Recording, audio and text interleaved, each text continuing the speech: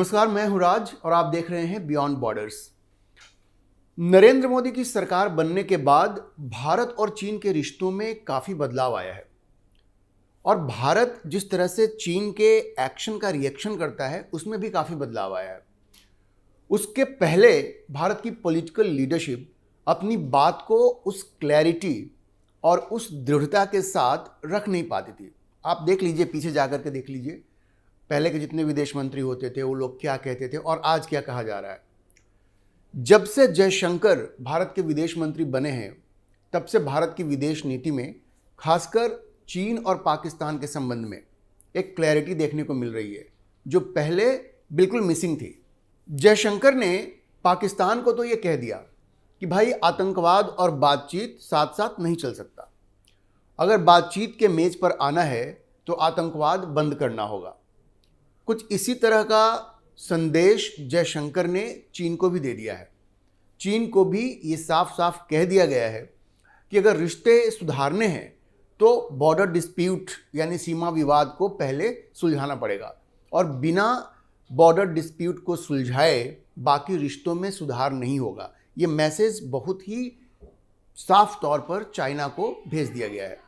अभी नागपुर में एक कार्यक्रम हुआ था जिसमें जयशंकर को बुलाया गया था। वहाँ पर उन्होंने अपनी स्पीच देते हुए चीन के साथ रिश्तों पर खुलकर बात की और कहा कि चीन को ये बता दिया गया है कि बिना बॉर्डर डिस्प्यूट को सुलझाए रिश्तों में सुधार होना असंभव है, इम्पॉसिबल है। जयशंकर ने एग्जैक्टली क्या कहा मैं आपको कोट करके बताता हूँ। उन्होंने कहा, और मैं कोट करता हूँ, मैंने अपने चीनी समकक्ष को समझाया है कि जब तक आप सीमा पर कोई समाधान नहीं निकाल लेते, अगर सेनाएं आमने सामने रहेंगी और तनाव रहेगा तो आपको यह उम्मीद नहीं करनी चाहिए कि बाकी रिश्ते सामान्य रूप से चलेंगे। यह असंभव है। Now mark his words, he said it's impossible. आज तक इतने साफ शब्दों में भारत के किसी विदेश मंत्री ने चीन को ऐसा संदेश नहीं दिया। यह क्रेडिट तो जयशंकर को ही जाता है। जयशंकर ने यह भी कहा कि आप एक ही समय में लड़ाई और व्यापार दोनों एक साथ नहीं कर सकते।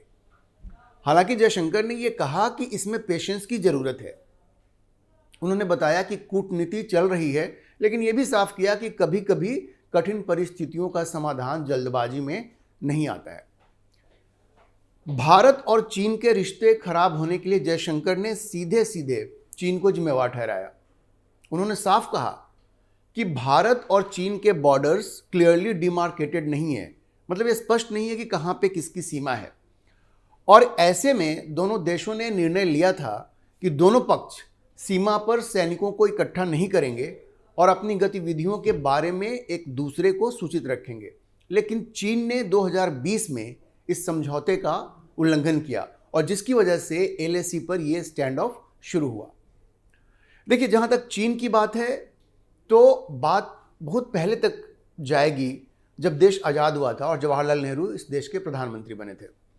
उस वक्त से ही ये चीन की समस्या है, क्योंकि जवाहरलाल नेहरू का जो चीन के प्रति मोह था वही आज इन सारी समस्याओं की जड़ में है। आपको पता होगा कि जब संयुक्त राष्ट्र संघ ने चीन की जगह भारत को सुरक्षा परिषद की मेंबरशिप देने की पेशकश की तो नेहरू ने मना कर दिया। उन्होंने कहा नहीं, पहला हक चीन का बनता है। और ये चीनी इंडियन भाई भाई, हिंदी चीनी भाई भाई, ये सब नारे इतने चले और उसकी परिणति क्या हुई? 1962 का युद्ध हुआ और चीन ने आकर के भारत की ज़मीन हथिया ली और नेहरू जी की सारी चाइना नीति पूरी तरह से फ्लॉप हो गई। तो बात बहुत पहले तक जाती है। लेकिन जहाँ तक उसके बाद 1962 का युद्ध तो चलिए हो गया, उसमें चीन ने भारत की ज़मीन हथिया ली, वो सब कुछ हो गया। लेकिन उसके बाद दोनों देशों के बीच में ये एक समझौता हुआ था कि कम से कम बॉर्डर पे तो शांति बना के रखने की ज़रूरत है। तो उसके बाद क्या हुआ? दोनों ने डिसीजन लिया कि भाई हम बॉर्डर पे ना तो कोई मोबिलाइजेशन करेंगे और अगर करेंगे तो एक दूसरे को बताएंगे। जयशंकर ने यही चीज़ याद दिलाई है कि हर बार आप ही लोग इन चीज़ों को एस्केलेट करते हैं।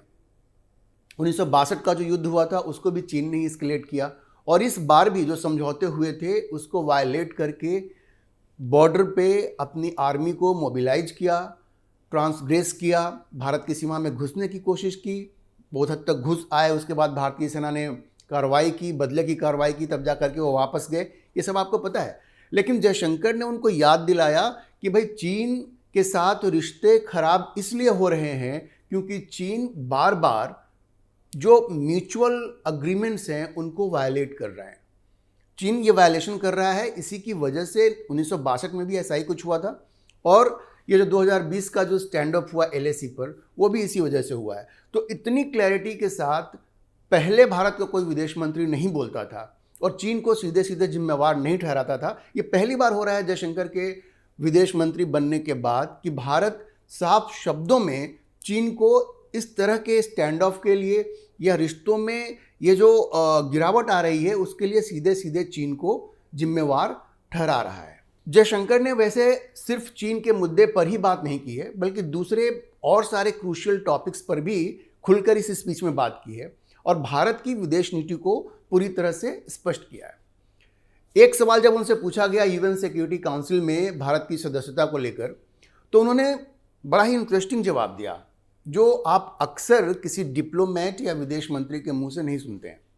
क्या कहा उन्होंने कहा कि देखिए, दुनिया तो ये मानती है कि भारत सिक्योरिटी काउंसिल की सदस्यता डिजर्व करता है, भारत डिजर्व करता है, दुनिया मानती है, लेकिन बात यह है कि दुनिया कोई भी चीज़ इतनी आसानी से आपको नहीं देती और कभी कभी आपको इसे लेना पड़ता है।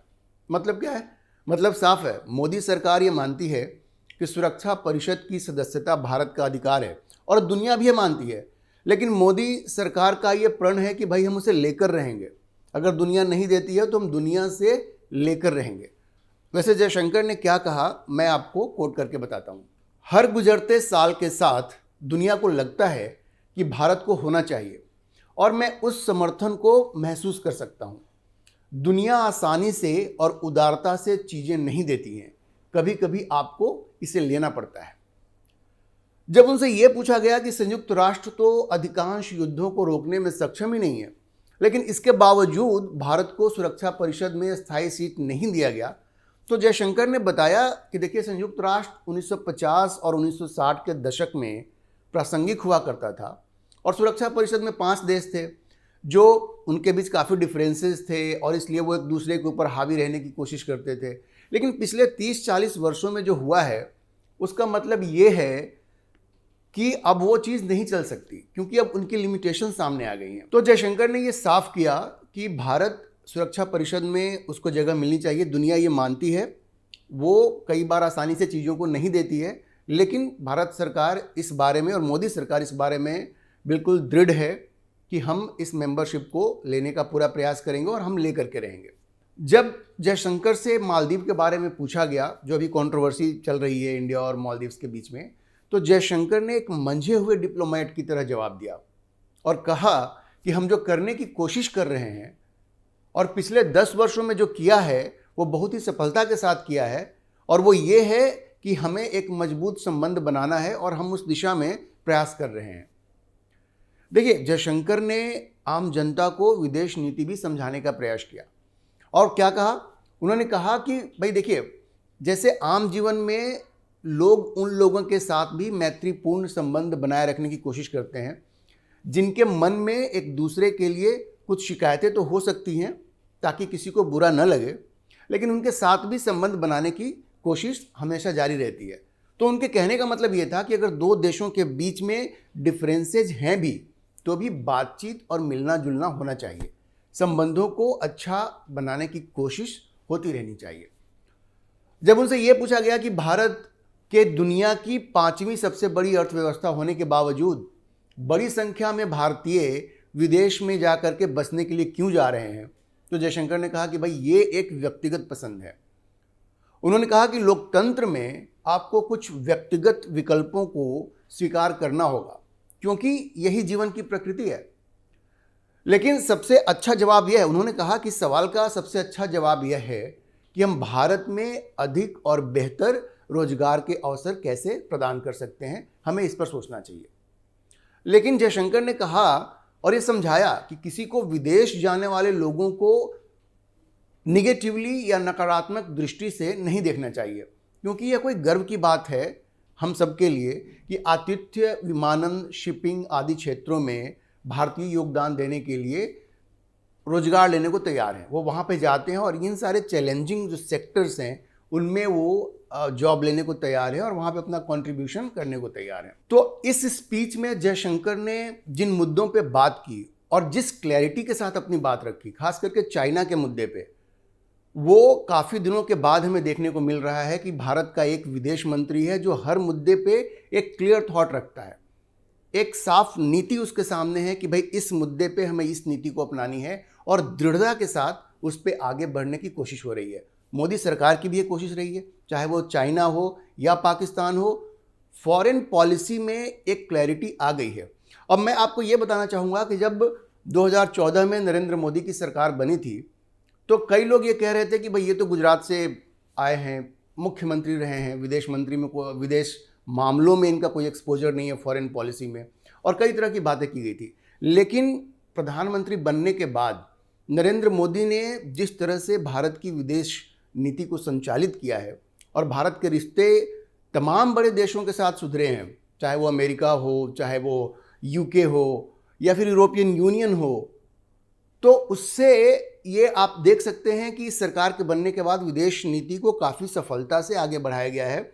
और जब जयशंकर जब ये विदेश मंत्री बने तो उसके बाद भारत की विदेश नीति में काफ़ी क्लैरिटी आ गई है। तो नरेंद्र मोदी और जयशंकर की जोड़ी ये भारत की विदेश नीति को काफ़ी सफलता से आगे बढ़ा रहे हैं। और जब भी ये दोनों बात करते हैं, खास करके जब विदेश मंत्री विदेश मुद्दों पे बात करते हैं, तो भारत की विदेश नीति की स्पष्टता, उसकी झलक साफ दिखती है।